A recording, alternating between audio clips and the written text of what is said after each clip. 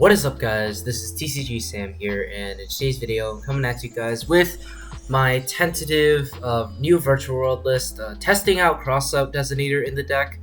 I know a lot of people probably won't play it in this deck, but I just wanted to see how it would work. But yeah, with that being said, I just wanted to show off like this in a duel. Even if we don't get to use CROSSOUT Designator, it's a duel between Virtual World and Trap Brigade Zoo, so it's kind of a meta matchup you may come across a lot. So hopefully you guys can learn a lot from this.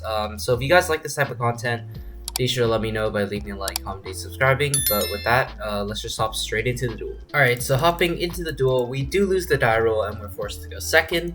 But our opening hand is pretty decent.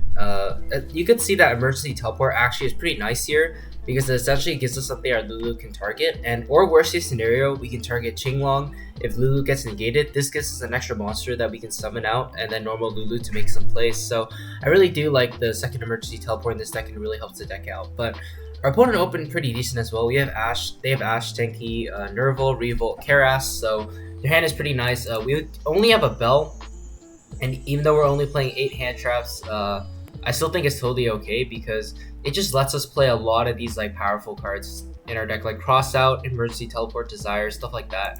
But you can see our opponent just kind of goes for this pretty standard Trap Brigade combo. He hard draws Revolt, so he doesn't need to go into Bear Broom. But from here, we start off with Emergency Teleport in the battle phase, and this is a really bad misplay. In my mind, I was thinking if I go battle phase, he might use Revolt, but as soon as I went battle phase, I was like, wait, why would he use Revolt in battle phase? He could just save the Revolt if I really did that evenly. So this was just an awful play, and to make it worse, he ashed it. My initial plan was to summon Yan Crash, activate Qinglong, force out the Revolt to banish Qinglong, and then I'll have another Qinglong to negate the Appaloosa and just play from there. But unfortunately, it gets ashed, and that kind of puts a stop to our entire play. I definitely should have just E-Tellied in main phase 1. There's no reason for me to go battle phase. That was just purely a misplay on my part. But anyways, our Desires resolves. We draw 2. Activate Lulu, gets negated by Appaloosa. Activate Gigi, gets negated by Appaloosa. And then I activate Lao and it gets negated by Appaloosa. It's not great, obviously, but on the other hand, I also could have done something like activate Lulu. I probably should have started with something like activate Lulu, drops down to 16. Normal, actually, no, I apologize. I made this play because I wanted to force out all the Appaloosa negates so that I could have a Bell on his Revolt, which I assumed he would use in 7th phase, but he actually didn't, which is interesting. But anyways, he summons Kit, and it just does a lot of damage, but he can't kill me this turn. Or he assumes that his Revolt can resolve in the battle phase, but I have a Bell to stop it, so we're good. Here, the reason he makes this play is not... I know a lot of you guys might be like, oh, why doesn't he just make Fairjeet summon whatever you search off Nerval, and then you can make a double Dragon Lords as an interruption as well?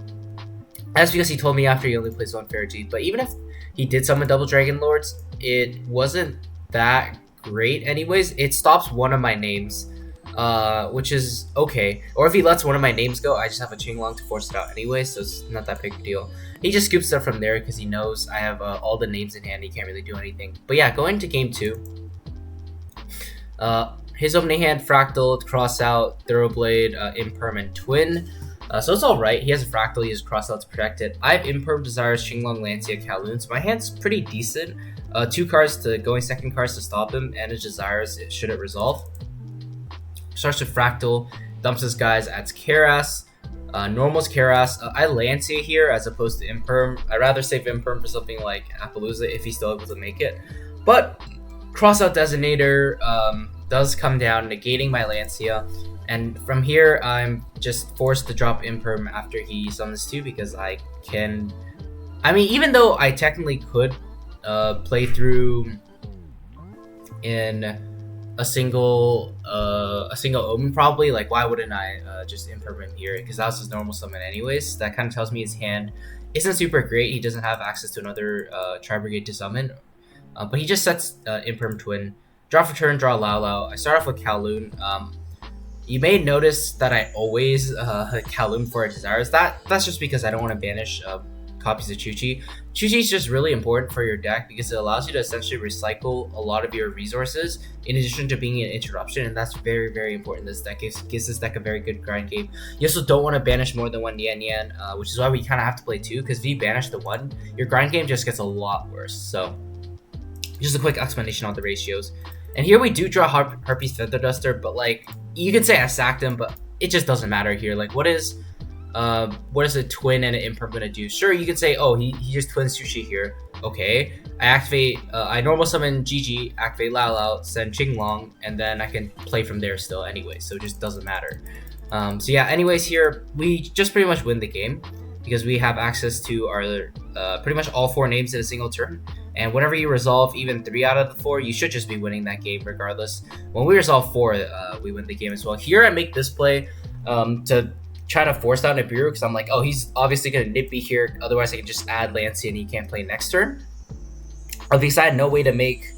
I believe I had no way to make Crystal Wing under 5 summons because I had no spell or trap readily available up to me. So I went for this play. Turns out he doesn't have Nibiru, so I just go off from here. Make a Shenshen. Keep it simple. Just go for a Shenshen. Shenshen's a very good follow up. So if he is for some reason holding Nib, Zeus Shenshen is really good. I did misplay. I didn't make Chuchi live.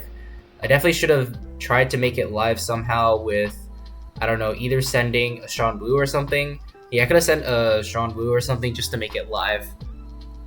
That was a misplay on my part because, for example, if he did have Nibiru, and for some reason, like, if he was able to, like, draw out of, play it around Lancia, like, I should have had a Chuchi up, but regardless, it doesn't matter. We're just in such a good spot here. Lancia and standby.